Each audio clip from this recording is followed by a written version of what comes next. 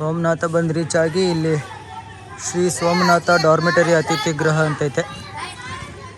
ಅಲ್ಲಿಗೆ ಬಂದು ವಿಚಾರಿಸಿದೆ, ರೂಮ್ ಸಿಕ್ತು. ಅಂದರೆ ಶೇರಿಂಗ್ ಬೆಡ್ಡು 20 ಶೇರಿಂಗ್ ಬೆಡ್ ಇರುತ್ತೆ, ಅದರಲ್ಲಿ ಶೇರಿಂಗು ಜಾಸ್ತಿ ಏನಿಲ್ಲ, 90 ರೂಪೀಸ್ ಪರ್ ಡೇ. ಈ ಥರ ಇರುತ್ತೆ ಬೆಡ್ಡು, ಅಪ್ ಡೌನು. ನನಗೆ ಕೊಟ್ಟಿರೋದು ಇದು 82. ಆಮೇಲೆ ಇಲ್ಲಿ ಲಾಕರ್ ಎಲ್ಲ ಇರುತ್ತೆ. ಆಮೇಲೆ ಇದಕ್ಕೆ ಲಾಕರ್ಗಂದರೆ ಇದು ಮಾತ್ರ ಕೊಡ್ತಾರೆ. ಆಮೇಲೆ ನಿಮಗೆ ಲಾಕ್ ಬೇಕಂದರೆ ಪರ್ಸ್ನಲ್ಲಾಗಿ ಒಂದು ಕೀ ಇಟ್ಕೋಬೇಕು. ಸೋಮನಾಥಿಗೆ ಯಾರೇ ಬಂದರೂ ಬಜೆಟ್ ಟ್ರಿಪ್ಪಲ್ಲಿ ಯಾರು ಬರ್ತೀರಾ, ಸುಮ್ಮನೆ ಅಲ್ಲಿ ಬಂದ ತಕ್ಷಣ ರೂಮ್ ಬೇಕಾ ಅಂತ ಸುಮಾರು ಜನ ಬಂದು ಕೇಳ್ತಾರೆ. ದಯವಿಟ್ಟು ಅಲ್ಲಿ ಯಾರು ಹೋಗ್ಬೇಡ್ರಿ, ಗೊತ್ತಿಲ್ಲದೆ. ಡಾರ್ಮೆಟರಿ ಇರ್ತವೆ, ಹುಡುಕ್ರಿ, ಸಿಗ್ತವೆ. ಇದು ಬರೀ 90 ರೂಪೀಸ್ ಪರ್ ಡೇ. ಇದಕ್ಕೆ ಜುಗಾಡ್ ಮಾಡಿದ್ದು, ಲಾಕ್ ಮಾಡಿದ್ದೀನಿ ಹಿಂಗೋ, ಹೆಲ್ಮೆಟ್ ಲಾಕರ್ ಅಲ್ಲ. Good night. ಸ್ನಾನ ಮಾಡಿ ರೆಡಿ ಆದೆ. ಎಲ್ಲ ಇದು ಸ್ವಲ್ಪ ಎಲ್ಲ ಎತ್ತಿಡ್ಬೇಕೀಗ. ಎಲ್ಲ ಎತ್ತಿಟ್ಟು ಹೋಗ್ತೀನಿ ದೇವ್ರ ದರ್ಶನ ಮಾಡೋಕ್ಕೆ. ಕರೆಕ್ಟಾಗಿ 8 ಗಂಟೆ ಆಗೈತೆ. ಹೋಗಿ ದೇವ್ರ ದರ್ಶನ ಮಾಡಿಕೊಂಡು, ಇವಾಗೇನು ರಶ್ ಇರಲ್ಲ, ಏನಿರಲ್ಲ, ಆರಾಮಾಗಿ ದೇವ್ರ ದರ್ಶನ ಮಾಡ್ಕೊಂಡು ಬರಬೇಕು. ಇದೇ ಮೇನ್ ಎಂಟ್ರೆನ್ಸು ದೇವಸ್ಥಾನಕ್ಕೆ. ಇದೇ ದೇವಸ್ಥಾನದ ಎಂಟ್ರೆನ್ಸು. ಹೋಗ್ತಾ ಇದ್ದೀನಿ.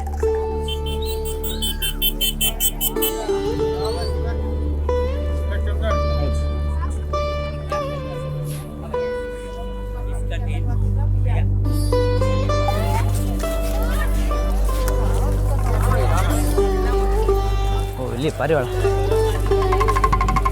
ಇಷ್ಟೊಂದು ಪಾರಿವಾಳ ಕುತ್ಕೊಂಬಿಟ್ಟೆ. ಇಲ್ಲಿ ಒಳಗಡೆ ಮೊಬೈಲು ಎಲ್ಲ ಫುಲ್ಲು ತುಂಬ ಸ್ಟ್ರಿಕ್ಟ್ ಇದೆ ಅಂತ. ಇಲ್ಲಿ ನೋಡಬೇಕು ಒಳಗೆ ಯಾವ ಥರ ಇದೆ ಅಂತ. ಜೆಂಟ್ಸ್ಗೂ ಲೇಡೀಸ್ಗೂ ಸಪ್ರೇಟ್ ಎಂಟ್ರಿ ಮಾಡಿದ್ದಾರೆ.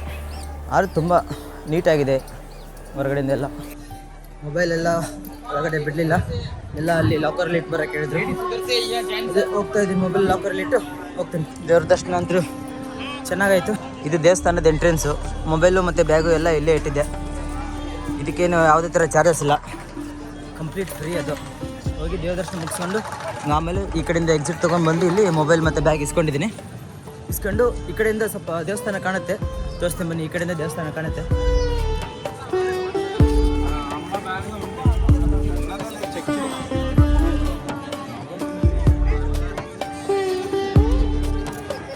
ಫೋಟೋ ತಗೊಳ್ಳೋರು ಅವರೆಲ್ಲ ಇಲ್ಲೇ ಫುಲ್ ಬಿಸಿ. ಅವ್ರು ಇಲ್ಲಿಂದ ಕಾಣುತ್ತೆ ದೇವಸ್ಥಾನ.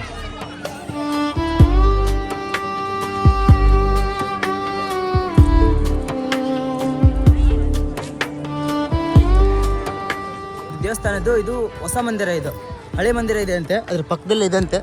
ಅಲ್ಲಿ ಫೋಟೋಗ್ರಾಫರ್ ಹೇಳಿ ಕಳಿಸಿದ್ರು. ಹಳೆ ಮಂದಿರ ಒಂದು ನೋಡ್ಕೋಬೇಕು, ನೋಡಿಕೊಂಡು ಅದ್ರ ಪಕ್ಕದಲ್ಲಿ ಭೋಜನಾಲಯ ಇದಂತೆ, ಊಟ ಪ್ರಸಾದ ಅದನ್ನು ಮಾಡ್ಕೋಬೇಕು.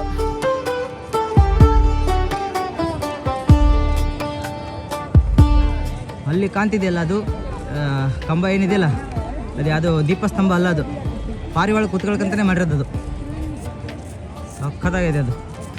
ಅದು ಮೇನ್ ಸರ್ಕಲ್ಲು. ಅಲ್ಲಿ ಮೇನ್ ಟೆಂಪಲ್ ದರ್ಶನ ಮಾಡ್ತಿರಲ್ಲ, ಅಲ್ಲಿಂದ ಹೊರಗೆ ಬಂದಮೇಲೆ ಲೆಫ್ಟಿಗೆ ಬರಬೇಕು. ಲೆಫ್ಟಿಗೆ ಬಂದು ದೇವಸ್ಥಾನದ ಪಕ್ಕದಲ್ಲಿರೋ ದಾರಿಲಿ ಇಲ್ಲಿ ಹೋಗಬೇಕು. ಇದೇ ಹಳೆ ದೇವಸ್ಥಾನಕ್ಕೆ ಹೋಗೋ ದಾರಿ. ಈ ರೋಡಲ್ಲಿ ಬರ್ತೀವಲ್ಲ, ಇಲ್ಲಿ ಬಂದ ತಕ್ಷಣ ಇಲ್ಲಿ ಕಾಣುತ್ತೆ ನೋಡ್ರಿ, ಇದ್ರೊಳಗಡೆ ಇರೋದು ಹಳೆ ದೇವಸ್ಥಾನ. ಬನ್ನಿ ತೋರಿಸ್ತೀನಿ ನೋಡಿ. ಅಲ್ಲೇನು ಕಾಣ್ತಿದೆಯಲ್ಲ, ಅದೇ ಹಳೆ ದೇವಸ್ಥಾನ. ಇದು ಇವಾಗಿರೋ ದೇವಸ್ಥಾನ ಹೊಸದು, ಹಳೆ ದೇವಸ್ಥಾನ ಇಲ್ಲಿರೋದು.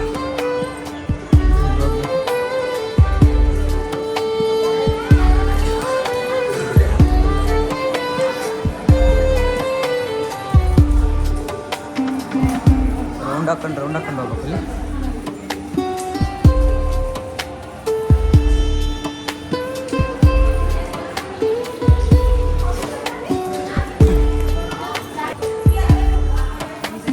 ನೋಡಿ, ಯಾರೇ ಇಲ್ಲಿ ಬಂದರು ಫಸ್ಟು ಹೊಸ ದೇವಸ್ಥಾನ ದರ್ಶನ ಮಾಡಿಕೊಂಡು ಅಷ್ಟೇ ದೇವಸ್ಥಾನ ಅಂದ್ಕೊಂಡು ನನಗೆ ಹೋಗ್ಬೇಡ್ರಿ. ಹಳೆ ದೇವಸ್ಥಾನ ಏನಿದೆ ಅದನ್ನು ದರ್ಶನ ಮಾಡ್ಕೊಳ್ರಿ. ಹಿಂಗೆ ನೋಡಿ, ಮೆಟ್ಲು ಹತ್ಕೊಂಡು ಹೋಗಿ ಇಲ್ಲಿ ಹಳೆ ಮಂದಿರದಲ್ಲಿ ದೇವ್ರನ್ನ ಮುಟ್ಟಿ ನಮಸ್ಕಾರ ಮಾಡಿ ದರ್ಶನ ತೊಗೊಂಡು ಬರ್ಬೋದು. ಈ ಥರ ಸಂಧಿ ಇದೆ ಎಕ್ಸಿಟ್ಗೆ. ಇಲ್ಲಿ ಶಾಪ್ ಇದೆ. ಮಂದಿರ ದರ್ಶನ ಚೆನ್ನಾಗಾಯ್ತು. ದೇವ್ರನ್ನ ಮುಟ್ಟಿ ದರ್ಶನ ಮಾಡ್ಕೋಬೋದು. ಇಲ್ಲಿ ನೋಡಿ, ಇಲ್ಲಿ ಹಿಂಗೆ ಒಳಗೆ ಹೋಗೋದು, ದೇವ್ರ ದರ್ಶನ ಮಾಡ್ಕೊಂಡು ಇಲ್ಲಿ ಮೇಲೆ ಬರೋದು. ದೇವ್ರ ದರ್ಶನ ಮಾಡ್ಕೊಂಡು ಮೇಲೆ ಬಂದು ಈ ಕಡೆಯಿಂದ ಎಕ್ಸಿಟ್.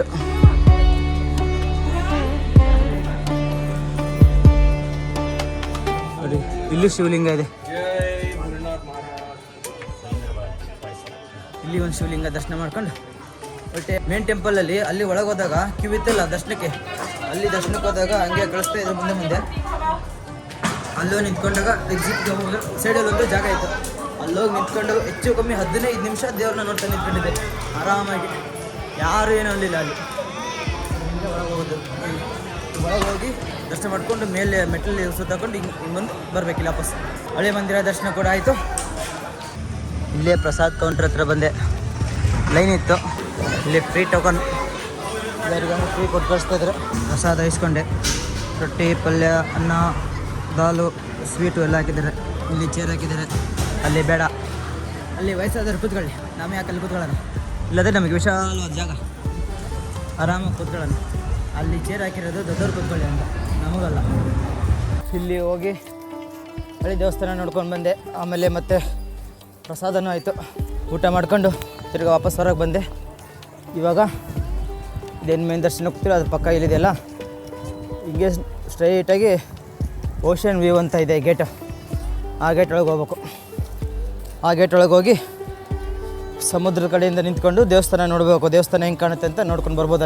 ಅಲ್ಲಿ ಮೊಬೈಲ್ಗೆಲ್ಲ ಅಲೋ ಇದೆ, ಫೋಟೋ ತೊಗೋಬೋದು, ವೀಡಿಯೋ ಮಾಡ್ಕೋಬೋದು, ಏನು ಬೇಕಾದ್ರೂ ಮಾಡ್ಕೋಬೋದು. ಏನು ಓಡಾಡ್ತೈತೆ ನೋಡಿರಿ, ಯಾರಾದ್ರೂ ಆಡಂಗಿರಿ ಆಡ್ಕೊಳ್ರಿ. ಇದನ್ನು ರೌಂಡ್ ಹಾಕಿದ ತಕ್ಷಣ ಇಲ್ಲೇ ಬರುತ್ತೆ ಗೇಟು, ಓಷನ್ ವ್ಯೂ. ಇದ್ರ ಪಕ್ಕದಲ್ಲಿ ಒಂದು ಮಂದಿರ ಐತೆ, ಲಕ್ಷ್ಮೀನಾರಾಯಣ ಟೆಂಪಲ್ ಅಂತ. ಇದು ವಾಪಸ್ ಬಂದಮೇಲೆ ನೋಡ್ತೀನಿ. ಅಷ್ಟು ಇಲ್ಲಿ ಹೋಗೋಣ. ಈಗ ಇಲ್ಲೇ ಒಳಗೆ ಹೋಗ್ಬೇಕು. ಇಲ್ಲಿ ಯಾವ ಗಾಡಿ ಹೋಗಲ್ಲ, ಎಲ್ಲ ಬಿಲ್ಲು ಎಲ್ಲ ಫುಲ್ ಬ್ಯಾರಿಕೇಡ್ ಹಾಕಿ ಕ್ಲೋಸ್ ಮಾಡಿದ್ದಾರೆ. ನಡ್ಕೊಂಡೇ ಹೋಗ್ಬೇಕು. ಇಲ್ಲಿ ಏನೋ ಎಂಟ್ರಿ ಟಿಕೆಟ್ ಇದೆ ಅಂತ ಹೇಳಿದರು, ಗೊತ್ತಿಲ್ಲ, ಹೋಗಿ ನೋಡ್ತೀನಿ ಅಲ್ಲಿ ಎಷ್ಟಿದೆ ಏನು ಅಂತ. ಪ್ರವೇಶ ರೇಟಿಗೆ ಅಂತ ಐತೆ. ಓಕೆ, ಹಿಂಗೆ ಹೋಗ್ಬೇಕಾ ಆ ರೇಟಿಗೆ? ಇಲ್ಲಿ ಹೋಗೋದು.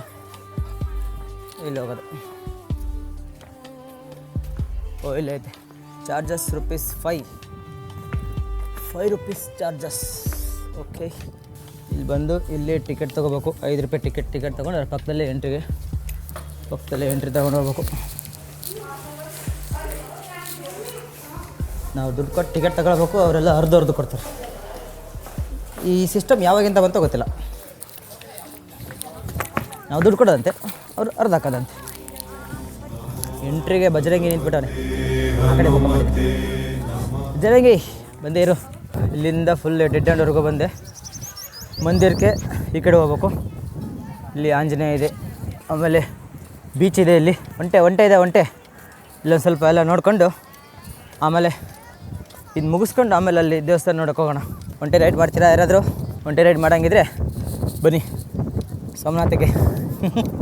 ಒಂಟೆ ಇದೆ, ಕುದುರೆ ಇದೆ, ನಾಯಿನೂ ಐತೆ. ನಾಯಿ ರೈಡ್ ಇಲ್ಲ, ನಾಯಿ ಬರೀ ನೋಡೋಕ್ಕಷ್ಟೇ.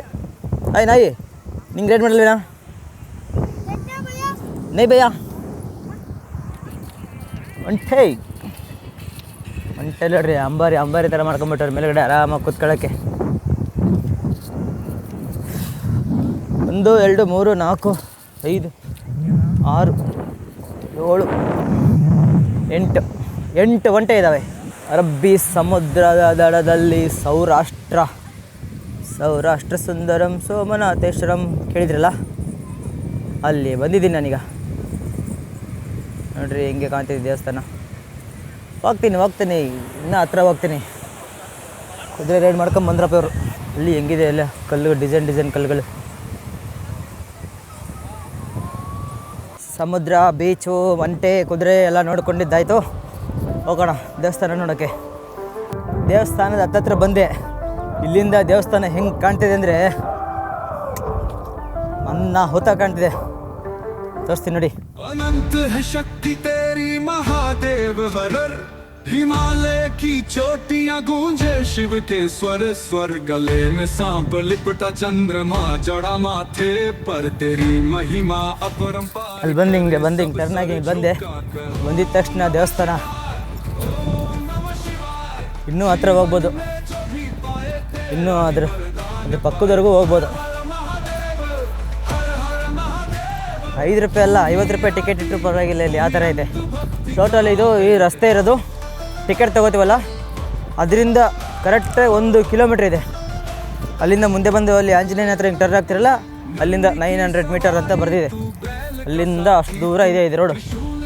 ಇದ್ರ ಮೇಲೆ ಹತ್ಬಿಟ್ಟೆ ಇನ್ನೂ ಚೆನ್ನಾಗಿ ಕಾಣುತ್ತೆ ಅಂತ ಅಲ್ವಾ, ಕರೆಕ್ಟ್ ಅಲ್ವಾ? तेरी जटाओं में समाई है सारा जगत तुझे ही त्रिगुण स्वरूप पुजाई. ಇದ್ರ ಪಕ್ಕದಲ್ಲೇ ಸಮುದ್ರ. ಪೊಲೀಸ್ ಹೋಗ್ತವ್ರೆ, ಏನು ಹೇಳಿಲ್ಲ. ಮೇಲೆ ತಿನ್ಕೊಂಡಿದ್ದೆ ಅಂದರೂ ಏನು ಹೇಳಿಲ್ಲ. ದೇವಸ್ಥಾನದ ಪಕ್ಕದಲ್ಲೇ ಸಮುದ್ರ, ಅರಬ್ಬಿ ಸಮುದ್ರ.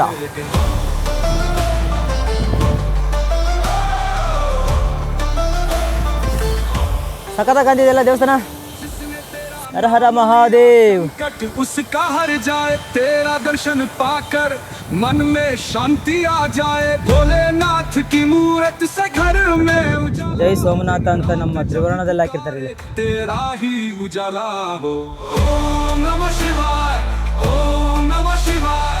जीवन में जब भी पाए तेरा ही वरदान पाए. हर हर महादेव हर हर महादेव. ನೋಡಿ ಇಲ್ಲಿ ಬಂದರೆ ಹತ್ತಿರದಿಂದ ನೋಡ್ಬೋದು ದೇವಸ್ಥಾನ. ಮಸ್ತ್ ಕಾಣ್ತಿದೆ. ಒಳಗಡೆ ಫೋನೆಲ್ಲ ಅಲೋ ಮಾಡಿರಲ್ಲ, ಅಲ್ಲಿ ಹೋದಾಗ ಬೇಜಾರಾಗಿರುತ್ತಲ್ಲ, ಇಲ್ಲಿ ಬಂದು ಆರಾಮಾಗಿ ನೋಡ್ಕೋಬೋದು ದೇವಸ್ಥಾನ. ಈ ದೇವಸ್ಥಾನನ ಸಾಕ್ಷಾತ್ ಚಂದ್ರದೇವನೇ ಕಟ್ಟಿದ್ದು. ಚಂದ್ರದೇವಂಗೆ 27 ಜನ ಹೆಂಡ್ತಿರು. ಇವಾಗೂ ಚಂದ್ರ ಸುತ್ತ ನಕ್ಷತ್ರಗಳಿದ್ದಾವಂತೆ. ಅದು ಅವರು ದಕ್ಷ ಪ್ರಜಾಪತಿಯವರ ಮಕ್ಕಳು 27 ಜನನು. ಅವ್ರು ಏನು ಮಾಡ್ತಾರೆ, 27 ಜನನು ಚಂದ್ರನೇ ಮದುವೆ ಆಗಿರ್ತಾರೆ. ಅಂದರೆ ಅವ್ರ ಅಪ್ಪ ಆವಾಗ ಕಂಡೀಷನ್ ಮಾಡಿ ಮದುವೆ ಮಾಡ್ತಾರೆ, ನೀನು ನನ್ನ ಮಕ್ಕಳನ್ನ 27 ಜನಕ್ಕೂ ಸಮಾನವಾಗಿ ನೋಡ್ಕೋಬೇಕು, ಸಮಾನವಾಗಿ ಪ್ರೀತಿ ತೋರಿಸ್ಬೇಕು ಅಂತ. ಆವಾಗ ಚಂದ್ರ ಏನು ಒಪ್ಕೊಂಡಿರ್ತಾನೆ. ಆಮೇಲೆ ಕ್ರಮೇಣ ಹೋಗ್ತಾ ಹೋಗ್ತಾ ಏನಾಗುತ್ತೆ, ಚಂದ್ರ ರೋಹಿಣಿ ಜೊತೆಗೆ ಜಾಸ್ತಿ ಸಮಯ ಕಳೆದು ರೋಹಿಣಿ ಮೇಲೇ ತುಂಬ ಮನಸ್ಸಾಗಿರುತ್ತೆ. ಆವಾಗ ಉಳಿದ ಹೆಂಡ್ತಿರೆಲ್ಲ ಏನು ಮಾಡ್ತಾರೆ, ಹೋಗಿ ಅವ್ರ ತಂದೆ ಹತ್ರ ಹೇಳ್ತಾರೆ, ನಮ್ಮ ಯಾರ ಜೊತೆನೂ ಜಾಸ್ತಿ ಸಮಯ ಕಳೀತಾ ಇಲ್ಲ, ಬರೀ ರೋಹಿಣಿ ಜೊತೆ ಮಾತ್ರ ಸಮಯ ಕಳೀತಿದ್ದಾರೆ ಅಂತ ಉಳಿದ ಹೆಂಡ್ತಿರೆಲ್ಲ ಹೋಗಿ ಅವ್ರ ತಂದೆ ಹತ್ರ ಹೇಳ್ತಾರೆ. ಆವಾಗ ದಕ್ಷ ಪ್ರಜಾಪತಿ ಏನು ಮಾಡ್ತಾರೆ, ಅಳಿಯ ಆದ ಚಂದ್ರದೇವನ ಕರೆಸ್ಬಿಟ್ಟು ಕೇಳಿ ಒಂದು ಸತಿ ಎಲ್ಲ ಹೇಳಿ ಮಾತಾಡಿ ಕಳಿಸಿರ್ತಾರೆ. ಮತ್ತೆ ಚಂದ್ರದೇವ ರೋಹಿಣಿ ಜೊತೆಗೆ ಜಾಸ್ತಿ ಸಮಯ ಕಳೀತಾರೆ. ಆವಾಗ ದಕ್ಷಿಂಗೆ ತುಂಬ ಕೋಪ ಬಂದು ಚಂದ್ರದೇವಂಗೆ ಶಾಪ ಕೊಡ್ತಾರೆ. ಏನು ಶಾಪ ಅಂದರೆ, ನೀನು ಅತಿ ಸುಂದರವಾಗಿದೆಯಾ ಅಂತ ನೀನು ಹಿಂಗೆ ಆಡ್ತಿದ್ಯಲ್ಲ, ನಿನ್ನ ಬೆಳಕು ಕ್ರಮೇಣ ಕ್ಷೀಣಿಸ್ತಾ ಬರಲಿ ಅಂತ ಶಾಪ ಕೊಡ್ತಾರೆ. ಆ ಶಾಪದಿಂದ ಚಂದ್ರ ಕ್ರಮೇಣ ತನ್ನ ಬೆಳಕನ್ನು ಕಳ್ಕೊಳ್ತಾ ಬರ್ತಾನೆ. ಆವಾಗ ಚಂದ್ರ ಭೂಮಿಗೆ ಮತ್ತು ಆಯುರ್ವೇದಕ್ಕೆ ತುಂಬ ಮುಖ್ಯ. ಹಂಗಾಗಿ ಏನು ಮಾಡ್ತಾನೆ, ಚಂದ್ರ ಇಲ್ಲಿ ಬಂದು ಈ ಊರಿಗೆ ಬಂದು ಈ ಸಮುದ್ರ ದಡಕ್ಕೆ ಬಂದು ಶಿವನ ತಪಸ್ಸು ಮಾಡ್ತಾನೆ. ಶಿವನ ತಪಸ್ಸು ಮಾಡಿದಾಗ ಶಿವ ಚಂದ್ರಂಗೆ ಒಲಿತಾನೆ. ಆವಾಗ ವರವಾಗಿ ಚಂದ್ರ ಕೇಳೋದು, ನನ್ನ ಮೇಲಿರೋ ಶಾಪನ ತೆಗಿ ಅಂತ ಶಿವನ ಕೇಳ್ಕೊತಾನೆ. ಆವಾಗ ಶಿವ ಏನು ಮಾಡ್ತಾನೆ, ದಕ್ಷ ನಿನಗೆ ಶಾಪ ಕೊಟ್ಟಿರೋದ್ರಲ್ಲಿ ನ್ಯಾಯ ಇದೆ, ಅದಕ್ಕೆ ನಿನ್ನ ಶಾಪನ ಪೂರ್ತಿಯಾಗಿ ತೆಗೆಯೋಕ್ಕಾಗಲ್ಲ, ಒಂದು ವರ ಕೊಡ್ಬೋದು. ಏನಪ್ಪ ಅಂದರೆ 15 ದಿನ ನಿನ್ನ ಬೆಳಕು ಕ್ಷೀಣಿಸ್ತಾ ಬರುತ್ತೆ, ಇನ್ನು 15 ದಿನ ನಿನ್ನ ಬೆಳಕು ಜಾಸ್ತಿ ಆಗ್ತಾ ಬರುತ್ತೆ, ಆ ಥರ ಬೇಕಾದರೆ ಮಾಡ್ಬೋದು ಅಂತೇಳಿ ಆ ಥರ ವರ ಕೊಡ್ತಾರೆ. ಆವಾಗ ಚಂದ್ರ ಏನು ತಪಸ್ಸು ಮಾಡಿ ಕರೆಸಿರ್ತಾನಲ್ಲ ಇಲ್ಲಿ ಶಿವನ್ನ, ಅದೇ ಇಲ್ಲಿ ಸೋಮನಾಥ ಅಂತಿರೋದು. ಸೋಮ ಅಂದರೆ ಚಂದ್ರ, ನಾಥ ಅಂದರೆ ಶಿವ, ಸೋಮನಾಥ. ಆವಾಗಿಂದ ಇಲ್ಲಿ ಸೋಮನಾಥೇಶ್ವರ ಅಂತ ಇಲ್ಲಿರೋದು ದೇವಸ್ಥಾನ ಇದು.